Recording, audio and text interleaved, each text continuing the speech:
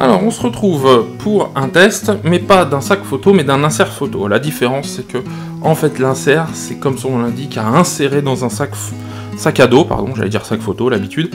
Ça va être une vidéo assez courte, parce que là, il y a quand même moins de choses à dire. Alors, il s'agit d'un Tenba, un Biob 13. Vous aurez le nom exact dans la description. Extérieurement, très simple. Une matière qui m'a l'air assez résistante. Je dirais peut-être pas à l'eau non plus, mais enfin, ça a l'air quand même imperméable. Deux petites poches sur le côté, enfin sur le devant, pardon. Sur le côté, une poche un peu élastique. Une grande poche, pardon, sur l'arrière, pour y glisser une tablette. Et encore une fois, une autre poche élastique sur le côté. Donc des poches tout autour de cette partie. À l'intérieur, alors, une seule ouverture, fermeture éclair. Une grande poche, ici, translucide, comme ça on voit ce qu'il y a dedans, microfibre, ou, pardon, un microfibre, ou des batteries, câbles, etc. Et à l'intérieur, donc, mon appareil photo avec un objectif monté dessus, un flash, une poire soufflante, et ici,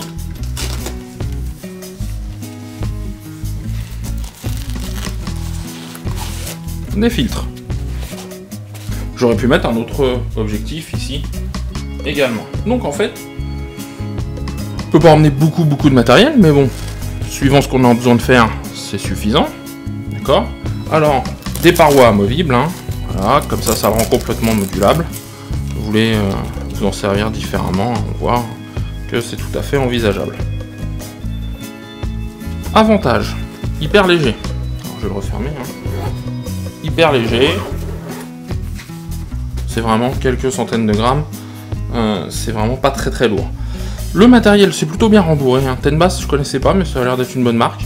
Donc le matériel est protégé. Moi, je trouve ça bien rembourré.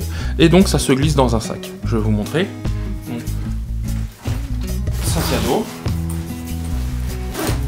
Là, je prends un sac à dos. Mais ça pourrait se glisser dans la valise hein, quand on veut partir en voyage. Je le mets ici.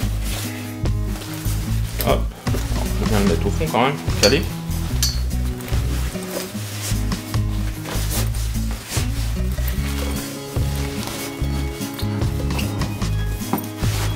C'est vrai que s'il était chargé, ce serait mieux. Voilà. Je l'ai mis dans un sac à dos. Là, on le voit ici. Hein. Ce qui est bien, c'est qu'il me reste toute cette partie-là. Bon, moi, je le mets toujours au fond du sac.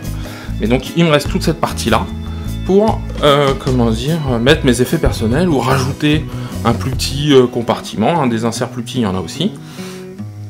Il doit y en avoir 2 ou 3 tailles différentes. Hein, je crois que celui-là, c'est le plus grand. Ça rentre sans problème dans un sac à dos. Bon, il faut bien choisir son sac à dos, bien sûr. Et une fois refermé, bah voilà, j'ai un sac à dos, pas un sac photo.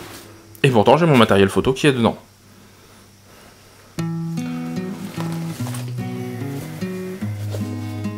Une fois arrivé sur place, je retire l'insert.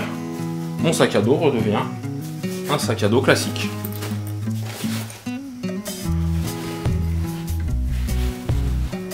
Plus besoin d'avoir autre chose sur place. Donc j'ai pas emmené 2 sacs, j'ai emmené un seul sac. Et comme ça, bah, si j'ai une journée sans faire de photos, eh bien je peux avoir un sac à dos et je suis pas obligé de me balader avec plusieurs sacs. Surtout si on prend l'avion, vu combien il facture les bagages supplémentaires, c'est assez ennuyeux. La vidéo est assez courte hein, parce qu'il n'y a pas grand chose à dire dessus. Moi ce que je regrette là-dessus, alors là il y a des petites choses, mais c'est vrai que j'aurais bien aimé un système d'attache sur les côtés, où on aurait pu mettre une sangle, pour l'avoir avec un sac complètement avec des mousquetons par exemple, hein, mais quelque chose qu'on aurait pu complètement enlever, mais si on avait voulu s'en servir comme sac bandoulière, d'accord, un peu un messenger si vous voulez, eh bien on aurait pu tout à fait imaginer ça. C'est vrai que ça aurait été bien qu'ils les mettent, voilà, des petites attaches ici, hein, sur les côtés ici, de chaque côté. Je pense que ça aurait pas alourdi le sac, enfin l'insert, et ça aurait pu le transformer en sac de tous les jours, enfin pour la photo de tous les jours. Je suis pas sûr que ce soit fait pour ça, je suis pas sûr que ça se soit fait pour être en extérieur, donc je pense que c'est pour ça qu'ils l'ont pas fait. Pour ceux qui veulent voyager assez léger, pour ceux qui veulent comment dire, ne pas s'encombrer avec un gros sac photo bien plus lourd, pour ceux qui veulent un peu masquer leur matériel photo en le mettant dans un sac classique, c'est tout à fait envisageable avec ce genre de choses. Voilà, donc j'espère que la vidéo vous a plu, n'hésitez pas à commenter, à poser des questions si vous le souhaitez, si je dois revenir sur certaines choses, et puis bah abonnez-vous, ça fait toujours plaisir, et à bientôt.